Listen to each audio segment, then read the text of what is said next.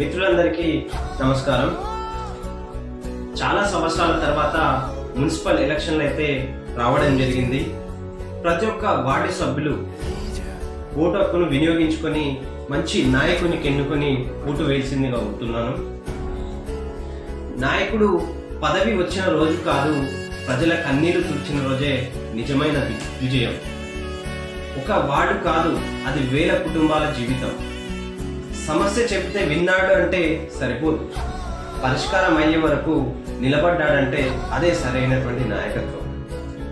వీధి దీపం వెలిగితే అది కేవలం కరెంటు మాత్రమే కాదు, ఒక కుటుంబ భద్రత. రోడ్లు కట్టడం చాలా సులభం, కానీ నమ్మకం కట్టడం అనేది చాలా కష్టమైనటువంటి పని. నమ్మకం కోసం బతికేవాడే నిజమైనటువంటి నాయకుడు.